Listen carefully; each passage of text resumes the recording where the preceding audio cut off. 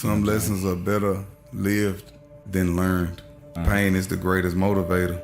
Correct. And experience is the greatest teacher. The hardest thing is, can you come out here from nothing and be greater than what you was before? Legitimately. Like legitimately, can you legitimately be the greatest version of yourself? And it's so easy to revert back to old habits. I just like to be around peace. And if you went through and experienced as much pain as I have, I've been through a tremendous amounts of pain.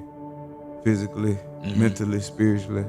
I've been through hell. In order to appreciate and understand great peace, you have to have went through and experienced great pain. And if my heart not telling me do it, then I'm not gonna do it. I believe that the key to happiness is self-accountability. Every day that I woke up with breath in my body was the opportunity to change my life, because it starts inside. It doesn't start outside. Energy is my first language. It's gonna always be that. And the times that I didn't adhere to what my heart chakra or my inside, so to say, was telling me, people say your gut feeling, the times that I didn't adhere to those type of things, I always suffered the consequences. And through that suffering, there was a lesson. And the lesson learned was I need to pay more attention to me, pay more attention to the energy. I'm on a journey now of learning to love the stranger that was once myself, because everything I did was detrimental to me. So I hated myself. I didn't love myself. Even the people I allowed myself to be around. You ever had a conversation with somebody and it just drained all the life out of you? You wasn't protecting your energy. Protecting your energy is not a crime. If I don't like you, I'm gonna stay away from you. I put positive energy into my body because the world beat us up all day. We gotta give us ourselves some positive reinforcement. Like heartbreak is very, very real. And like if you a man, I'm really most speaking of men. Ain't nothing wrong with crying. That is how we heal, that is how we release. When people start loving themselves, the world changes. Cause I see me in you, you see yourself in me. We see ourselves in each other because we love ourselves. We not just loving the people in our household. Right. So that's what make it beautiful. I wanna see what can I gain from this situation as opposed to letting my ego lead. Like I just had to learn how to kill my ego because I don't never want my ego to go before me. Right. I wanna operate out of love. Life is a contact sport. And I associate that same willpower with what I do now. My hustle, it's relentless. I'm not gonna stop. I took a lot of losses to get where I'm at. You know what I'm saying? I took a lot of losses. I watched the movie and he said, why do we fall, Bruce? So we can learn to pick ourselves back up. I respect the heart, I respect the integrity, I respect the morals and the principles of an individual. What is success? What is your measure of success? My measure of success is me being able to do whatever I want to, whenever I want to. Freedom is not you being free. Freedom is you being free in your mind and your heart and your spirit, which is really a privilege for you to be free. Being your authentic self is beautiful. Right. And that's the greatest freedom that I learned. And I learned that comparison was the killer of all joy. Because I'm comparing my life to other people's highlight films. Or the elixir of life, it does start with meditation. You ever went to sleep and woke up tired? The mind was never quieted. The mind never received true rest.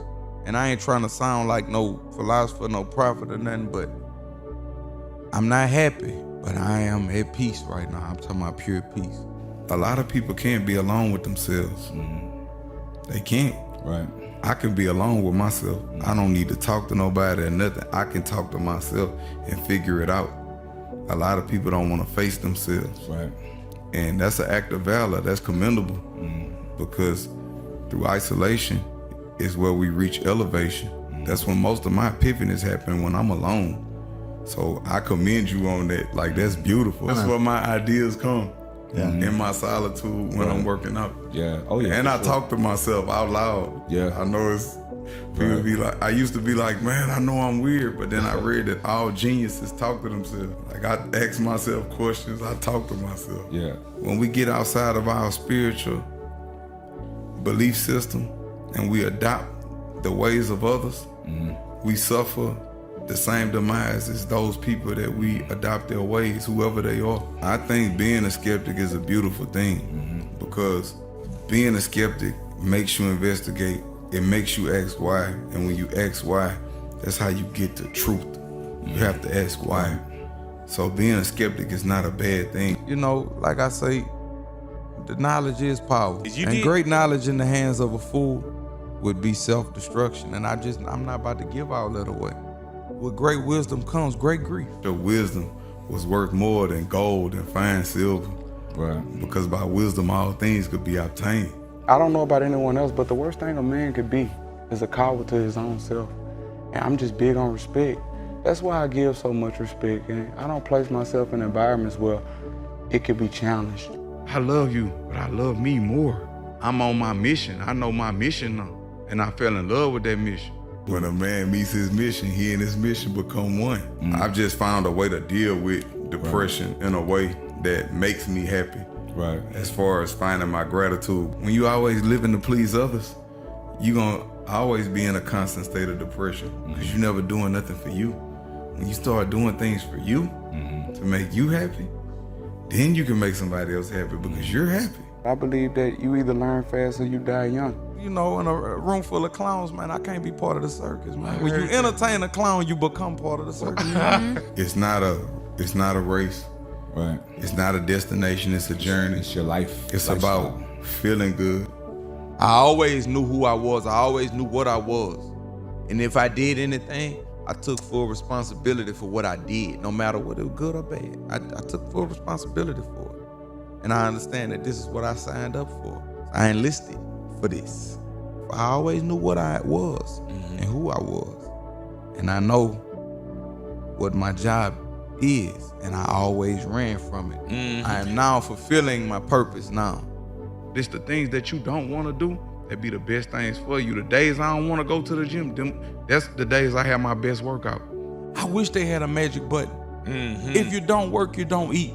That's if real. you don't grind, you don't shine. Rudyard Kipling said, "To thine own self be true." And that is the greatest reality.